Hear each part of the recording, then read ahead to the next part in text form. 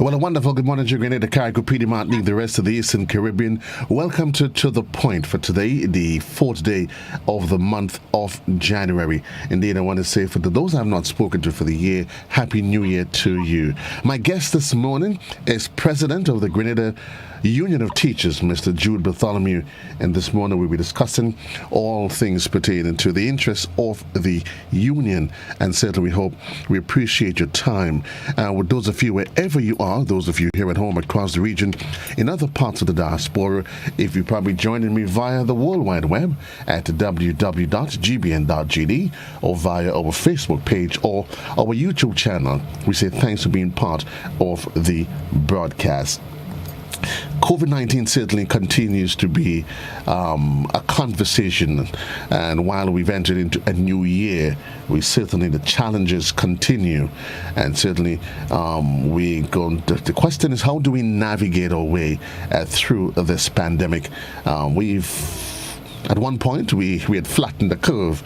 Now we start glaring at it with really with widened eyes, as in the last couple of days, we've seen the numbers move beyond the 600 figure mark. With that being said, I want to say good morning again and welcome to the program. And good morning, Mr. Bartholomew. How are you?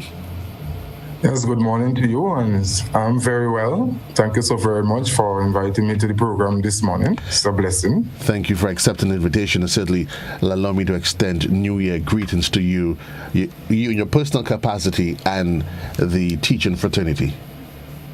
Happy New Year to you, God's blessing, and to the GBN family. Happy New Year also to the Grenada Union of Teachers, to our parents, and to our teachers and the Grenadian society. I want to take the opportunity to wish everyone God's blessing, tremendous blessing to everybody, to our nation. And we do pray that the COVID-19 situation will be brought under control so that the teachers will have to do effectively in terms of face-to-face and teaching the nation's children, because that is our real interest and concern. So we pray that God will just bless Grenada, bless our teachers, bless our students, bless our parents, and give us the opportunity to do what we have to do. And we thank Him for carrying us through in His mercies. Amen. Well, while we're at it, by the way of programming information, at 10 o'clock we'll join the GIS for today's post-cabinet briefing that will be facilitated by the Ministry of Health. That comes up at 10 o'clock. Mr. Bartholomew, at one time we were cruising, we were comfortable. We started opening up. There was a measure of relief, and now we've just a matter of under a week, our numbers have spiraled past the 600 mark. Your thoughts on what has transpired in the last couple of days and its impact? Well, I thank you very much for this this question and what you have said. Let's go back just a little bit to November and sort of September, when we were a bit struggling to reopen school and such. And again, I just want to put on record to the nation and to the parents outside there that the teachers really want to teach the nation's children.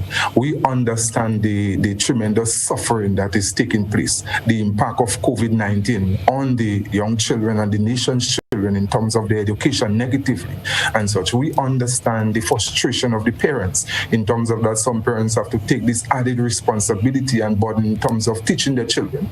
And we know that a lot of parents are doing a wonderful job. At the same time, there are some parents that are just not able or capable of doing it. We also understand the frustration of the teachers. So there's a lot of stress, frustration, and everything. Nevertheless, that we move, and you could say we move mountain. We would have moved in terms of from the online learning and the case maybe and going face-to-face for a period of time from November. And the teachers, in spite of the limited resources and everything, would have tried well. That the teachers would have even given, based on the instructions from the Ministry of Education and the directives in terms of giving exams and such to the nation's children for the Christmas and everything. And the Ministry of Education would have said from since November or when before the Christmas that they want to move to face-to-face, which we thought as the union, we did not say anything, but we would have thought that it was probably a little bit too early probably to make this sort of pronouncement. They should have probably watched, observe, and see what is taking place. Nevertheless, that's the situation that we are in, and we just want to say to the nation that the teachers really cooperated nicely. However, one would have seen the situation there that the government would have opened up. I guess the pressure from the society too, everybody with the lockdown, with everything like that. So, and yes, you have to balance because persons want their freedom and everything like that. So for curfew to be, basically relieved. And these are some of the balances and some of the things that pressures, I guess, that government face. Nevertheless, if you want to open up, you have to do it so responsibly. And one would watch and observe and say that with persons coming in and such, Grenada would have opened up just without no restriction, no conditions and everything like that. And what we observe, these are one of the things that probably would have caused the explosion in this COVID-19 situation. We also observe, yes, that anytime something happened and the COVID situation increased, basically probably the society, the general public will get the blame. And it appears what we are seeing here also, that in a sort of discreet manner, that sometimes the blame is coming now on the teachers, using vaccination as an excuse and saying, well, yes, we really want the children to go to school, but the teachers basically should be vaccinated, and that's not the reason. Nevertheless, that is where we are. We just want the whole nation, we want teachers, we want parents, we want students, we want the whole society here to be reasonable and considerate. Let us try to do what we have to do. That is what we are now, and the real concern is how do we go forward in terms of with the situation in teaching the nation's children. Indeed, that's the question at the fore. The education minister last evening announced that all schools will be reopened next Monday. Your thoughts on that? Before I go to that, I still have a concern. That yes, we met with the Minister for Education last Thursday, and we had a discussion, voiced our concerns in terms of let's put on record here that the teachers, the principals, the Grenada Union of Teachers, we're not against in terms of the reopening of school, because we, as a game, we say we understand the frustration in terms of what is taking place online, in terms of Zoom teaching the nation's children. But as you have to do it carefully, you have to balance the equation. So I think, to put on record, what the Ministry of Education would have done in terms of the pronouncement, the letters that they would have sent out in terms of just teaching the children the exit classes, we saw it as reasonable. We saw it as reasonable, and teachers were really willing. We did not come out on the media and such and make any noise and do anything and say we cannot do this and we cannot do that. However, what is our concern though? We knew that probably till Friday afternoon, nobody came back to us and say anything. Nevertheless, we did cooperate and do what we have to do. What is our concern now is that we are seeing something else we cannot say from official document from the Ministry of Education, but coming from DEOs and such. And that is, we have been saying that these are some of the concerns that we have. While the Minister of Education, the PS, and probably the Chief probably trying to be, you may say, reasonable or trying to put out their stance in terms of our education, you have now sometimes DEOs doing their own thing and contaminated the thing in process. We are seeing some instructions, it doesn't have an official letterhead from it, instructing teachers to go to school every day. No, and teachers have been calling in principals and complaining about that. And these things is coming from some DOs, some districts. And so that is where we have confusion and chaos in the system. But let me ask you though, Mr. Bartholomew, because on previous engagements, it's a concern that you've raised. What sort of, has there been any dialogue? Because these DOs are individuals, they sit in the ministry, correct? Yes, they sit in the ministry. So these are ministry officials that should be taking their guidance from their ministry officials, PS, the minister, whoever that is. Have you had any direct consultations with those all parties involved? Because this seems to be an ongoing saga, a revolving door, where there seems to be conflicting information coming from within the ministry itself. Yes, we had consultation. We meet with the Minister of Education and other persons on a monthly basis, and we did express those sentiments. So what we're saying there is that the goodwill or the good intention from the Ministry of Education, because as I'll go back to put on record, we saw it as reasonableness in terms of returning to school with the exit classes and teaching the children. We assess the situation and we see where we go from here. And there is no contention, although there is a concern about the safety of both the teachers and the students. But hereby somebody else or other bodies now coming in and contaminating and creating problems, and this is where. And this, we want to say that must be addressed by the Grenada Union of Teachers and by the Ministry of Education. We hope that the Minister of Education is listening, and the PS and the Chief Education Officer and other persons involved. You must have one message, and stop allowing different bosses and everybody to be doing their own thing, and that's when confusion and chaos are. But what has been the ministry's response to your concerns, those concerns that you have raised? Have you gotten have you made a formal complaint, and have you received a formal response? And if so, can you share with us what has been the ministry's response to those concerns? We have not received in terms of formal response, you may say, on paper, but the meeting that we have face to face, we'll dialogue and discuss, and we're given the promise that these things are going to be rectified together with other things which we're going to talk about, and we are still in the same situation. So I guess it's just persons doing their own thing, and the Ministry of Education at the high level have to lock down these things, and so we'll try again because we have to meet it. Is it the concerns by these DOs that seem to be offering conflict that's contaminating the process, as you say? Is it a general problem, or is it limited to just a few that's creating that abnormality within the system? How bad is it really? I would say it's just a few. I don't know if there is a competitive spirit, and as I said, because DUs are responsible also for different districts, and if one person is trying to outdo the other or piss the other, and this is what we've seen that could be some of the problems. What happens? Ultimately, you take your directors, your immediate directors comes from whom? Should come from whom? The ministry or the DUs?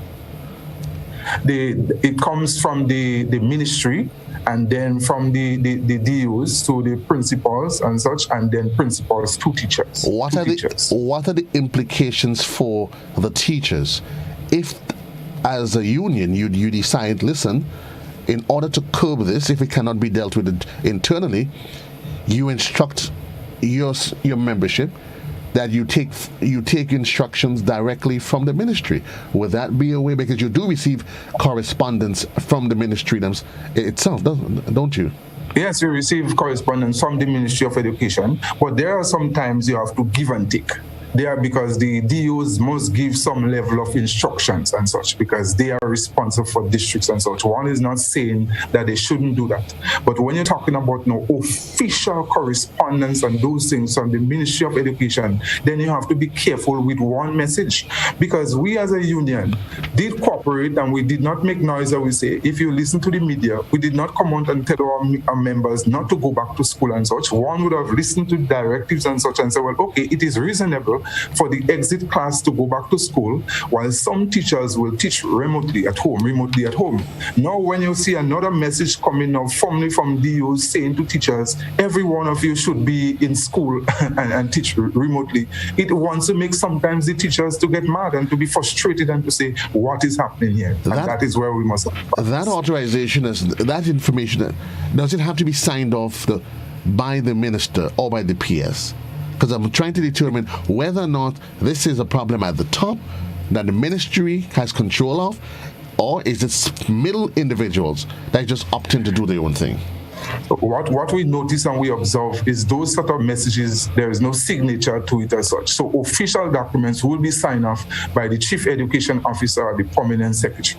So some of these messages, no signature attached. Do you have an example of one of those documents that you can share with us for the purpose of really, if you don't mind, and if you have it electronically, you could send it to me via WhatsApp, or maybe just hold it up so we can look. I would probably, if you could send it to me electronically, so at least we can have an appreciation for what's happening. While we're saying that, I just want to read in a nutshell a message coming from some person from the Ministry of Education, which is contrary and different. Principals, please note that teachers are to report to school for the delivery of online classes. Principal can allow teachers to work off plans if there are infrastructural issues or internet challenges.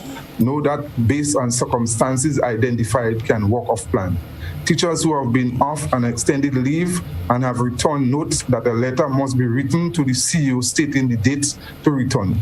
And these are some of the some of the problems that we have in that did not come officially, and saying that teachers have to, teach, come on plant to teach. And that is not the original message from the Ministry of Education. These are some of the problems and some of the things that we've been having. Okay. So that's one of your concerns. You do have a number of other concerns that we are going to get to. Let's get to the pronouncement by the minister. It came from the directive came from the minister, and I think all of us, we heard it. We heard it last night. So there's no ambiguity now. So we don't need a DUA to get into the middle of all of this now. No ambiguity. All schools will be reopened next Monday. Notwithstanding the concerns that you have, what's the jury's position on this? Is it something that you embrace openly, or you have reservations regarding that statement? So I'll go back to always the starting point to let the parents know and the general public that the GUT's intention, teachers and principal, our main goal and objective is to teach the nation's children. That's understood. However, with the COVID-19 situation, we have to be careful and to tread cautiously. We understand the situation in what the Minister of Education would have said and other persons, that yes, children are stressful and they're concerned, and the minister will quote somebody, a student from Guava or the other side, that they risk or do in terms of the COVID situation and such in educating the nation's children. And we understand that. But also we have to be careful that we don't take one problem and turn it into another. We are dealing with children, we are dealing with a young population, thousands of children going to school, which is completely different to, let's say, for example, the Ministry of Education or the ministerial complex, where you just have adults just going there. That is a control setting. So you may say everybody can go to work. When you look at the dynamics now with education, you have thousands of children going to school. This new variant now, basically you listen to CNN and you listen to news internationally, and you are hearing that this new variant is basically attacking children, even probably more so than adults. And so therefore, and it spreads fastly, and basically a wide cross-section can get the virus. That's where we have to be very, very, very, very careful. So we have to balance the equation. We said to the Ministry of Education, let's analyze the first week, probably the second week, and we have no problem in terms of our starting point. However, now to just come to say, you look at the case that is rising. You look at the case that is rising, and one would want to say, tread cautiously. Don't just come and say, well, school opening in full next week is that because you're so concerned about the children and you're concerned. Yes, we're concerned about the children too, but we have to balance the equation, because we might end up in a situation worse than basically what we want. So in the process of playing the balancing act, there is the flip side to this. The deficiency that's been developed in the education, the learning process. COVID, so we're almost into 2 years, and we've had interrupted learning, interrupted engagements to the learning process. And the President, you talk about the balancing act. From the GUT's perspective, from the GUT's position, what in your estimation is the most ideal situation that should exist so as to ensure that there is a balance between education and the safety and livelihoods of the children and the teachers? At some point, education, life must continue. Has the GUT put a plan together that they'll say, listen, this is what we're thinking is the most suitable, and that you shared with the ministry? Well, yes, we shared with the ministry also that we feel probably rotation in terms of the phase approach, so blended approach, teaching online as well as face-to-face, right? So the online, you've agreed. I mean, it's almost like it is a travesty. I think we've actually expressed that openly. So while I think we all agree that we want to go to the online option, we've all agreed that right now we're not in any way, while we're anxious and excited about it, it is obvious that we're not ready to adapt that wholeheartedly. Absolutely, and you are correct in that sense. Give and take, you're correct, because it is also correct to say that both teachers and parents and students are sort of frustrated with the online situation. So one basically looking forward to go to school.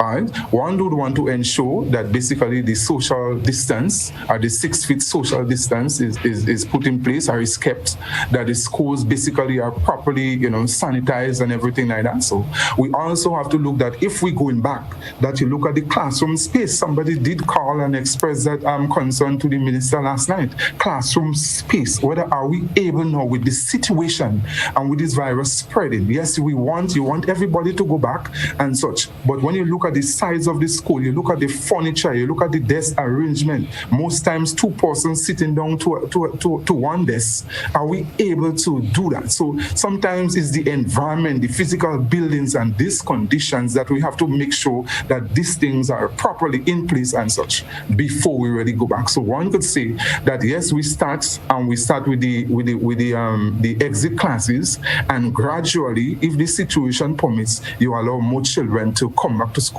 But we have to do it right. I would agree that we have to reach everybody, we have to reach all the children, and we have to try our best with the circumstances and the situation that we are.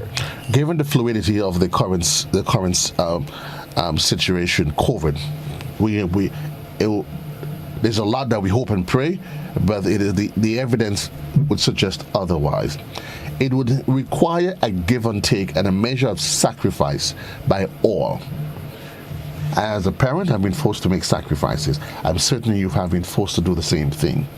It would also require that the teaching fraternity, they would be required to make some sacrifices just the same, given the amount that has to be delivered, and on a rotationary basis, it would require some serious compromise on both sides.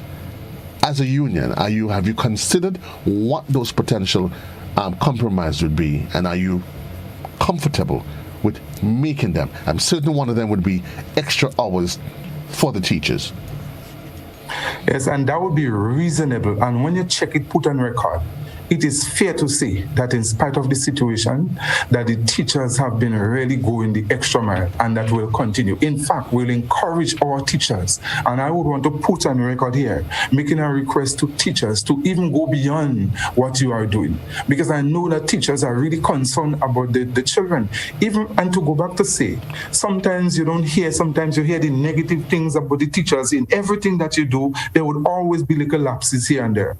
But by and large, the teachers have been making sacrifice, going the extra miles. There are situations where teachers are going into homes, in persons' homes, and teach the children, sending work, doing all sorts of different things. So I would want to say to our teachers, let's do what we do, and teachers have a conscience, and teachers do go the extra mile in terms of doing everything to prepare the children for exams and such. But for this 2022, let's see what we can do collectively, and to encourage our teachers to yes, safety is paramount importance for us, for the Grenada Union of Teachers, to our members, to our students, to the parents. But let's try to go the extra mile and see what we can do, because we understand the situation with the children and the dynamics that are playing out. And that which you've expressed here, and I'm assuming that is a sentiment that is shared collectively by your membership. We know there would always be dissenting voices, but we can safely say that the sentiments being expressed here is a true reflection of the will and the spirit of the teaching fraternity, the teachers. In fact, it has always been the sentiments and the goodwill of the teachers in terms of going the extra mile. One doesn't really recognize and appreciate, even for exams, in terms of CSEC and such, the time and the hours spent in secondary school, sometimes in the night, 10 o'clock, 11 o'clock, that teachers are going home, doing everything that they have to do to prepare the children, even for the grade 6 children who are doing the CPA and everything like that. So the teachers had extra classes and doing everything. So every day, the teachers are really and truly going the extra mile. So that is not something that is difficult or strange or something to that. But what we do, and we encourage them, in spite of the situation and the circumstances, which is more than ever, to really go the extra mile and do what we have to do. So that is in the teachers. And the understanding is what is going to go beyond just this first term. Because if the question concern is addressing the exit classes, it means the other students, they are also falling behind. Am I to understand that the GET is fully cognizant of that and is committed to this in the long term? That listen, we may have to do this for the next two years in order to play catch up. I'm not sure whether really or not you can play catch up when it comes to children's education, because they are getting older.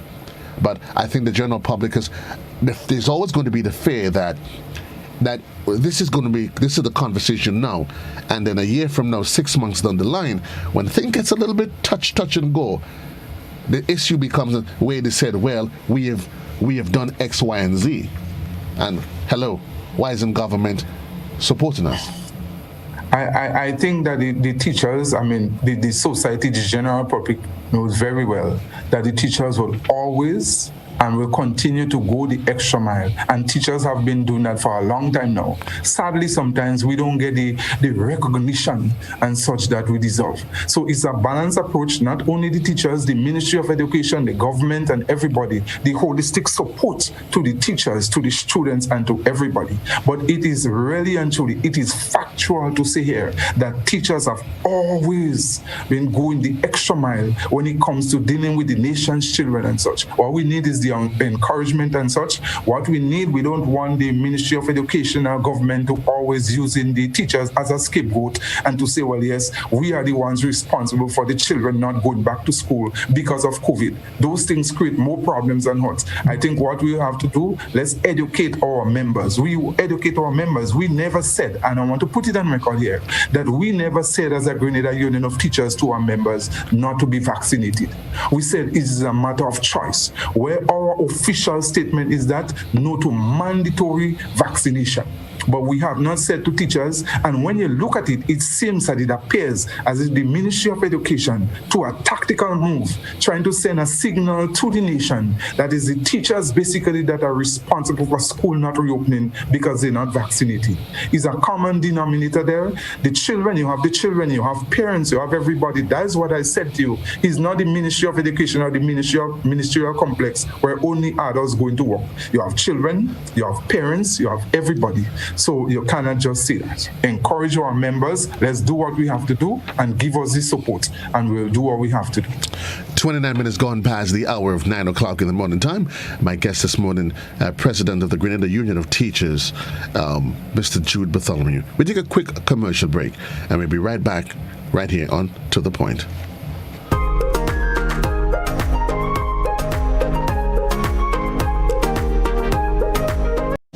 There are those who say they care, and then there is Jediah's Pharmacy, conveniently located at the front entrance of the Bruce Street Mall, right next to a Rise Up Credit Union.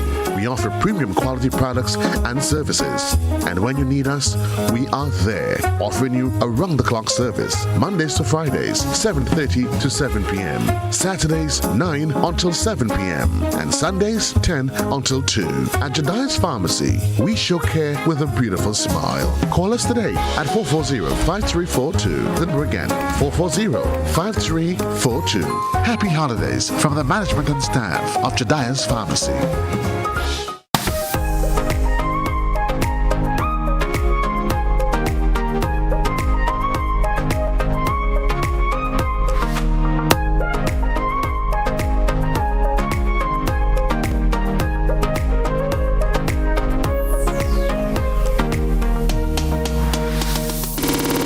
Thank you. Welcome back to the program. 29 minutes onto the hour of 10 o'clock. By the way of information, at 10 o'clock we will join the GIS, link up with the GIS, for today's post-cabinet briefing that will be facilitated by the Ministry of Health. For those of you just joining us, thank you and welcome to the program. My guest this morning is President of the GUT, Mr. Jude Bartholomew. Mr. Bartholomew, before we took the break, we were on the question on the subject, of vaccination, and vaccination continues, and I'm assuming from all intended purposes, will always be a hot topic. The issue of vaccination status. We're seeing across the region, other parts of the world, where different positions have been assumed by different organizations, governments. What, in your estimation, would be the ideal situation, given that we have to find a balance, as we both agreed, to getting our students back on the road to learning? There's going to be the conversation, the situation with COVID, and then the vaccination status, the balancing act, sir. How do you see this playing out? Well, it's a question that is, difficult to answer. Our official stance is that we don't support mandatory vaccination. And I did observe last night on GBN, to answer you, even Pastor Worm, that question was thrown to him, and he said for certain reasons and such, I think people should have their private and personal reasons, and it's not something that you can just force and impose on persons.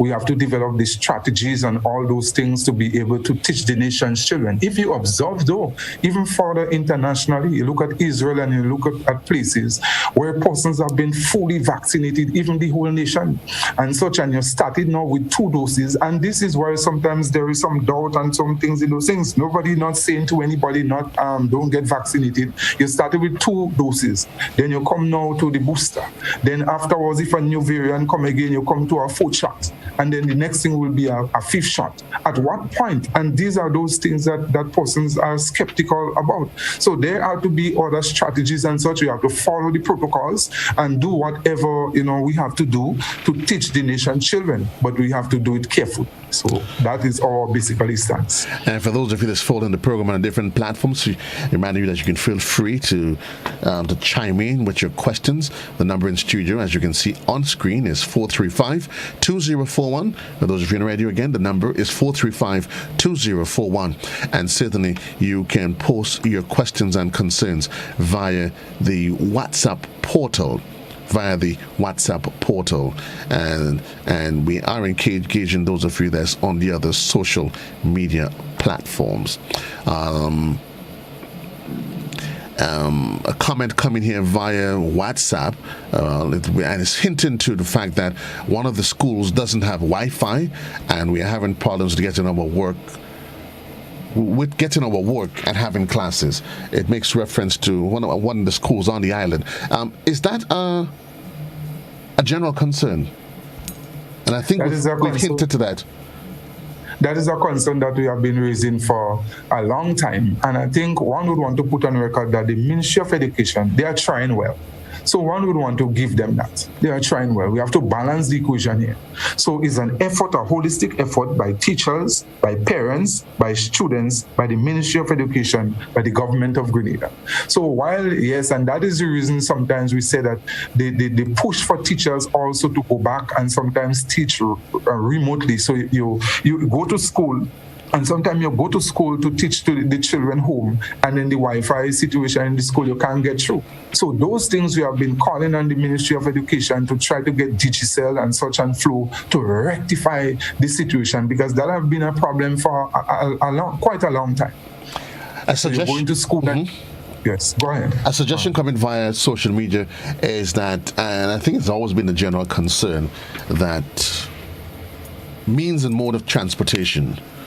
There's some that have asked that teachers and students, that they travel in a bubble, the same way you have the visitors, cruise ship visitors, they come, and from point A to point B, they stay within a confined locale. Do you think that is something that is practical, maybe that can be instituted within a short term, medium term? I think one time the Grenada Union of Teachers, we did, start to have discussions and looking for ways and approaches. And one would want to ask and probably bring out there if there could be a possibility where probably the children could go probably at a later hour. Because if you look at the traffic and such at 8 o'clock in the morning and such with parents, with workers, everybody traveling at the same time congested. If there, could be a possibility where the children could go probably a little later and probably the closure of school could be not at the same time where the parents and workers coming from work, so you have everybody meeting up together and such. Because that is the reason why I did say we look at the vaccination for teachers only. We don't control the buses and the transportation. The bus is crammed and everything with both students and everything, with parents and workers. Nobody concerned about that, and the different dynamics playing out. So it's not just about teachers with vaccination. There are a lot of other factors that are creating problems with the reopening of school. And I think that the Ministry of Education, the government of Grenada, they know that, they are aware of that. But sometimes just for easy scapegoating and such and to please the public, they would want to do and to imply that it's the teachers that are creating the problem and such and they're not vaccinated. And that is the reason why we're not having school. And that is very far from the fact. And that is what I want to balance the equation this morning and to let the parents know in Grenada. They know and the parents know that the teachers will do. The teachers love the children. The kind of sacrifices that teachers and principals and school make for the nation's children, but the ministry and government alone couldn't do it and such. And I think that teachers will always go the extra mile to do what we have to do. So the parents need not be afraid of the teachers in their responsibility and our commitment towards the nation's children. It's just that we have to have a balancing act from government. We have to control in terms of if you just open up, and we're not saying not to open up, there is no concern and control from other factors, who coming in and who getting out and thing, and everything is just that. And these are some of the reasons. Otherwise, the possibility exists that school could have reopened in full in January.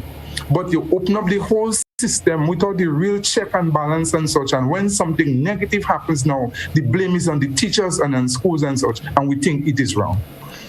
It's always interesting when the conversation comes up with teachers and students, and the teachers and the student population, and sometimes you often get a piece that you wonder, well, we seem to forget that the very teachers they have children, they are family members, so you cannot separate the two. Now let's get on mandatory vaccination. When I say the conversation, so the duty has established its position that it is not in any way, form or fashion going to yield to mandatory vaccination. But just hold that thought there. I have a caller that is on the line. Good morning, caller. You are live. Your question, please. Yes, good morning. My question is, are you satisfied with the productivity level of your teachers? Are you vaccinated? And are you encouraging your members of the union to be vaccinated because this is the best option? Thank you. Mr. President? Yeah.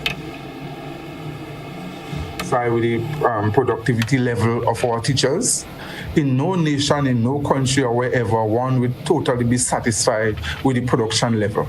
Government is never satisfied. Even if they collect all the monies from the post and everything, they would never be satisfied. They would always try for a higher level. And so in education, it's the same thing.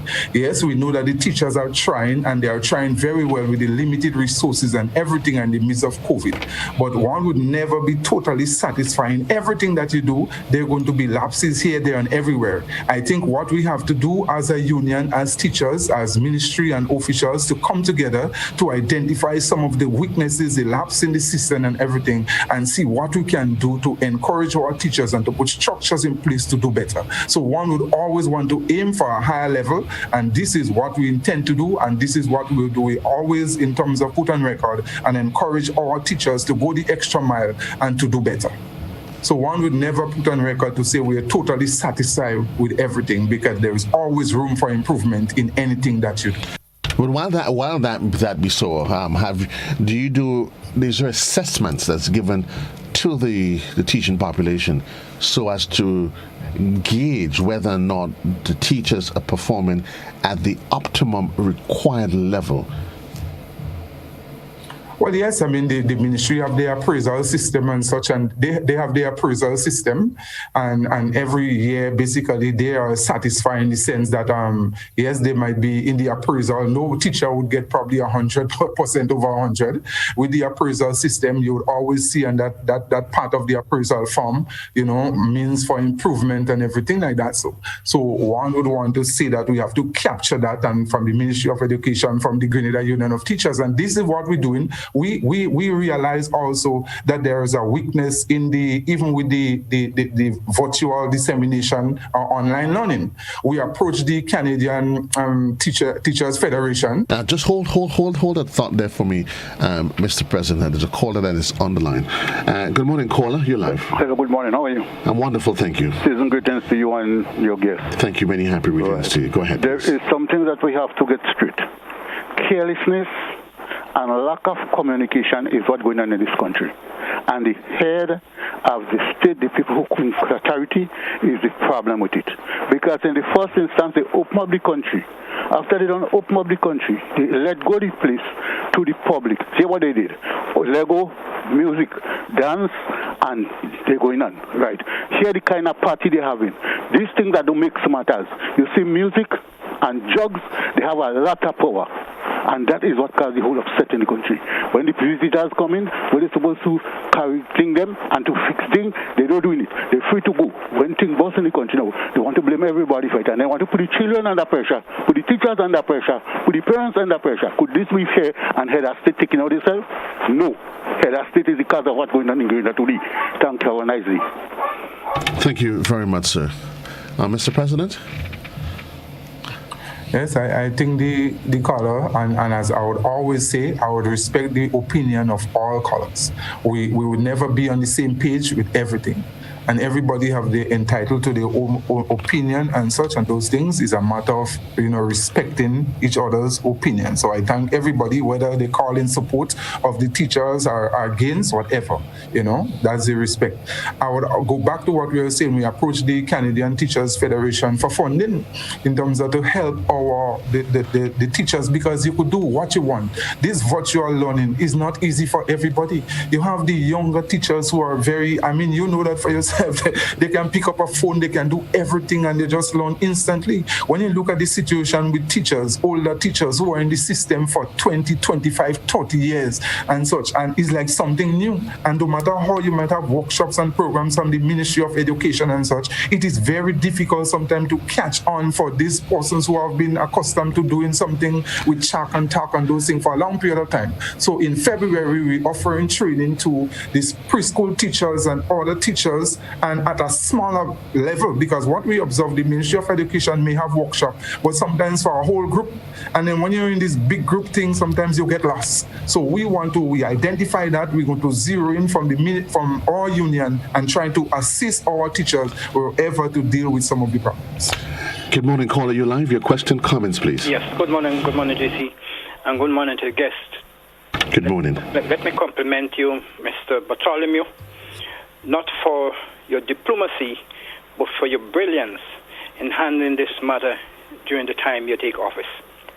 I'll tell you something. With respect to the schools and the computer, long before COVID, I have discussed that matter with all the government agencies, the possibilities of putting Wi-Fi in all the government institutions, the schools, and into the community, as a matter of fact, to every home, so that government shouldn't have the cost to buy tablets. They should put there and let the parents buy the tablets for themselves, because I knew what would happen. I went so far as the NTRC and all the agencies pertinent, all the telephone companies, Flow Digital, as it relates to having this facilitated. No one listened. But look what we're doing now, right? We need it in the schools and all the institutions. Now, what we need for this pandemic is not the vaccine, right? We need the job, we need the money, and we need care for ourselves by ourselves, because it has to do with the immunity of the body. That's the solution to the problem, not pushing the vaccine, because we'll never achieve pushing the vaccine as the best result going forward. Thank you very much, sir. Have a great day. Thank you very much. 15 minutes on to the hour in the morning time. It's the sound of Classic 105.5 and 105.9 and GBN Television. A commentator, as online commentator, Mr. President, they've made the comparison to the teachers and the nurses, and the argument that they're making is that it's unfair for teachers to be using the issue of whether the vaccine and COVID or whatever the case might be, when nurses, doctors, they go to work every day and they've seen patients that are at varied levels of health. They're saying, why should the teachers be making that an issue? Just follow the protocols, as everybody else. One could say that, or I mean, I respect person's opinion.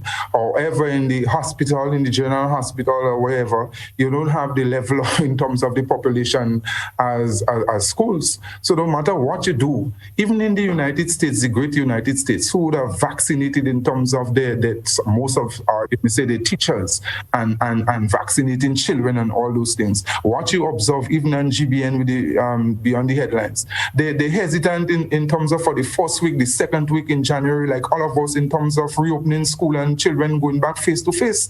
The Ministry of Education and the government of Grenada, there are a lot of things behind the scene that persons don't know. We are aware, and we don't come in the media and saying everything. I'm happy that the Minister of Education did say it last night. We as union, we are aware that there are children and there are teachers who came down with COVID, even when we went back to school in November. We did not make noise and come on the radio and say on the television and say, this school had COVID and this one have COVID and such. We walked through the COVID situation for the interest of the nation's children and such. And this is what the teachers continue to do. However, you cannot just use the teachers and the school and principal as a scapegoat because of COVID-19 situation. We are not the one who brought COVID into Grenada. And one must think, I want to think that the Ministry of Health and the Ministry of Education and Cabinet, there is a reason why they said we're going to only send back the exit classes this week. That is not the Grenada Union of Teachers or the teachers or principals' decision. And because they are aware, cognizant of the fact that there is some safety issue here. So all we're saying is that let's work together. Ministry of Education, the population, parents, teachers, we're going to do what we have to do as we always do. There are weaknesses that the teachers have to work on. There are weaknesses that the Ministry of Education have to work on and such. When you come to testing in school, they are now saying that they will try to test. They're going to try to test and such. A lot of the things the Ministry of Education just tell you have to do in school, and they leave it all to the principal and the teachers. And behind the scene, the whole public and the media doesn't know that the teachers are struggling and schools are struggling to come up with the resources and such to buy the cleaning agents and such. When the ministry give you 2 bottles or 2 things at the beginning of the term and they tell the media they will provide all those things, they leave the schools on their own to come up with the resources and such to do all those things. So it's not just going back and teaching and doing that. Sometimes the things that they say in the public, they don't do it, and they give them. Is that just a random assertion you're making now, or is that what's happening, really and truly happening across the board? Really across the board with COVID? With COVID-19 situation, schools have always, with the Ministry of Education, sometimes they just give you some gallons of vinegar and those things like that. So, and after that, you have to, and order liquor cleaning agents, and principals and teachers have to be really and truly behind the scenes, scratching their head to deal with the safety of children in schools. Just hold the line one moment. Good morning, caller. You're live, 10 minutes on to the hour. Hello, good morning. Yes, you're live. To Jude and Joe. Now, the Ministry of Education, the government, and Ministry of Health, to use a cricketing term, they are bowling the ball in the children's half. To use a netball term, they dropped the ball again. They should have known that once you open up the country and you leave the curfew, people are going to party. People are going to party, whether informal or formal. People are going to go to fetes, and this thing will spread. Now, the poor children are the one to feel the brunt. Now, children, they generally don't like school. So when they say no school, children glad to stay home. They say, you do it online, how many children are going to go online? No one will push the children to go online. Children are going to stay home, they're going to enjoy themselves, and then when school time, then the parent going to force them back again. So I thought, I'm a retired teacher. I taught for 39 years, and I know it. Children generally don't like school. So my children say that school is too much a rule, teachers are too strict, and they prefer to stay at home. And is that really as an established sense that children don't like school? Well, the vast majority of children. I would not go. Hold for me, Mr. President. I mean, I don't know from what basis you're making that assertion, but I find it's probably might be a little bit over the top to say that children don't like. I mean, from all interactions, most children seem to enjoy school. Joe, when you're at school, when the principal say half the school, you remember how children used to react? Yeah, but I think that's generally all. But anyway, I'll accept your position. But I think all school children, it doesn't matter from what generation. School's out, we're happy. We just want to be happy. We're happy. School is a rule. Okay. I would come in there and say school is the best place for children. The best place. That your school days, you'll always reminisce that and go back to it. The most fun and such, and there is nothing in terms of that face-to-face interaction between teachers and students. Right. We love it best. It's just the situation and the circumstances that we are faced with and such that are causing the problem. And we look forward and to put on record here, because I find these things that will raise its head again. We heard it when the Commissioner of Police did come and raise the issue about vaccination and such for police and raise that question. And from then on, we start seeing this thing coming back again about vaccination. We are observing and we are watching well. The Grenada Union of Teachers is a unified force, whether you're vaccinated or not, and we put in on record. Because what we observe not in the region is that you have elections and such, and in countries where they did not impose mandatory vaccination, immediately after elections, you see the push and such for mandatory vaccination. So we are watching, we are very observant, and we just want to say to the public that the Grenada Union of Teachers, we are a united force, and nobody would divide us whether some of our teachers are vaccinated or unvaccinated to put a wedge. We will stand together for this. We have no problem. Our basically interest is teaching the nation's children, and whatever we have to do to make the sacrifice to teach the nation's children, we will do it. But it's a different kettle of fish when persons want to, whether government, and we want to say it here loud and clear, whether NNP, whether NDC, whether TGM, or any other political party after elections or before election, we want to impose their will on teachers and the workers of this country in terms of mandatory vaccination. We would not stand up to it. We would not support it.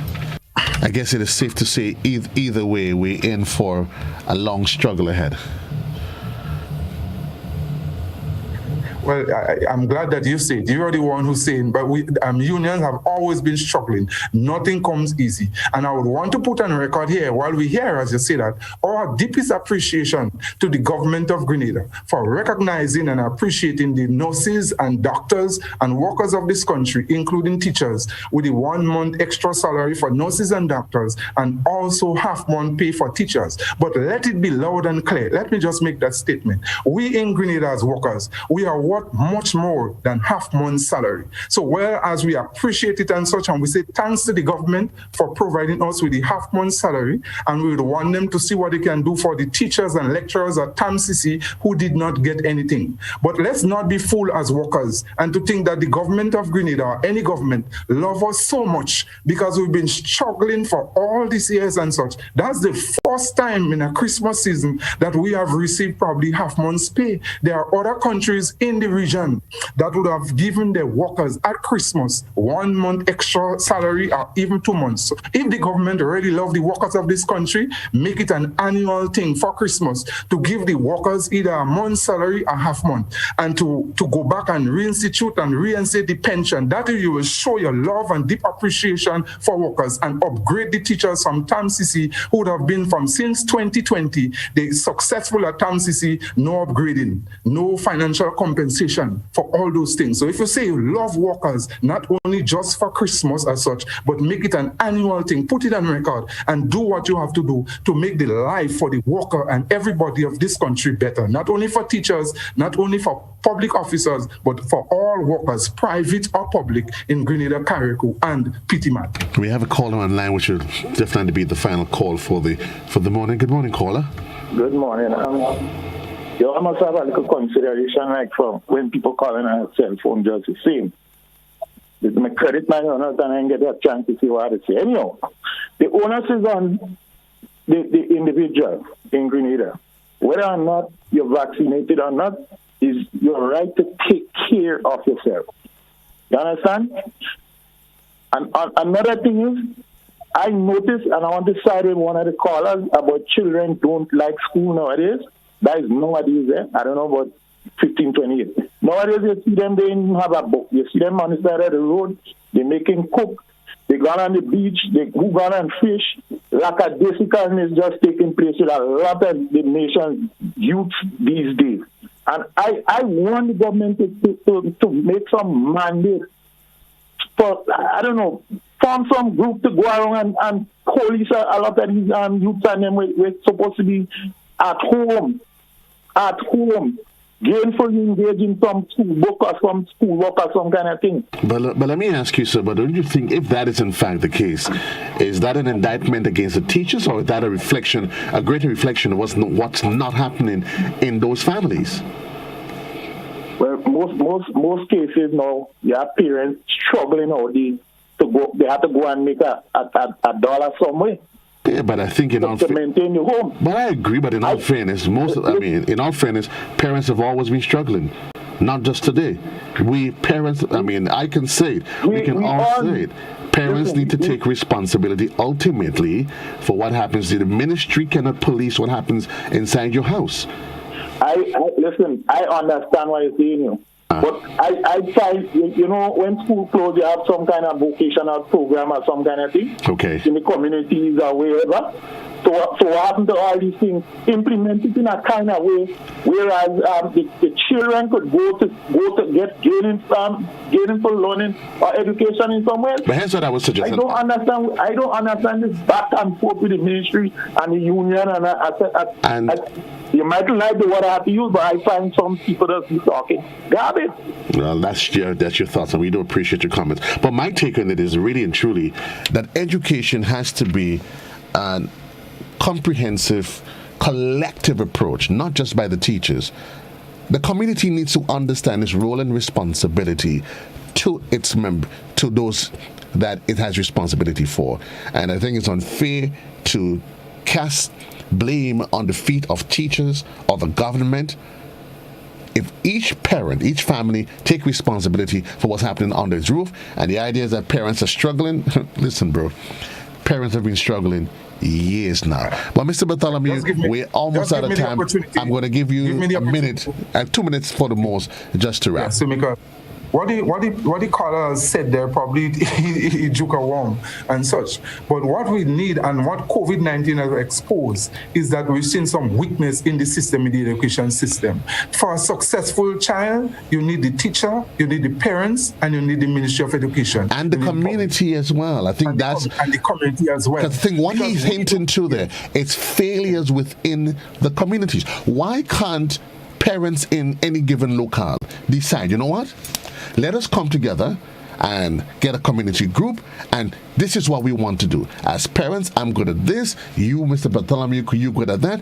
Outside of school on Saturdays, you growing up, that's what community centers were for.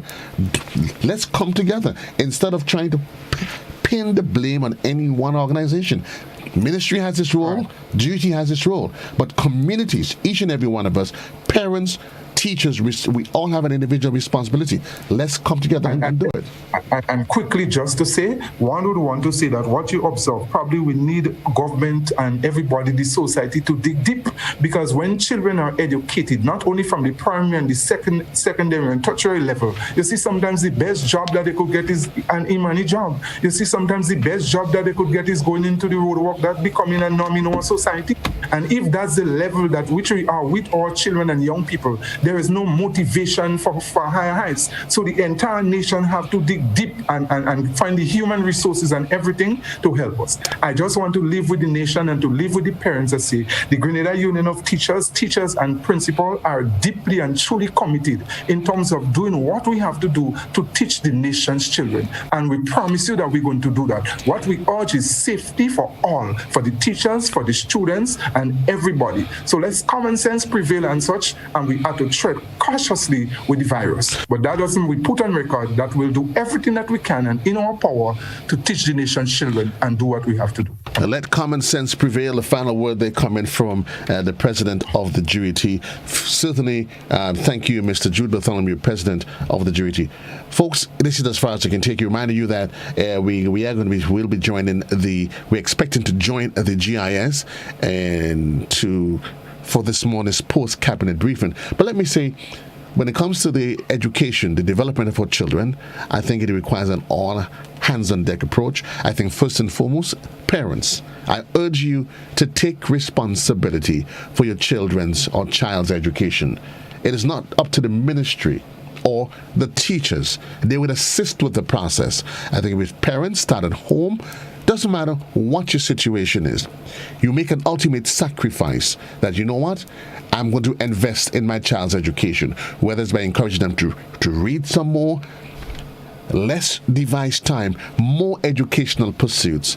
I think it would help with the process as teachers, NGOs, everyone come together to address the learning challenges brought and introduced and even exposed by COVID. Until then, everyone, so long. JC loves you.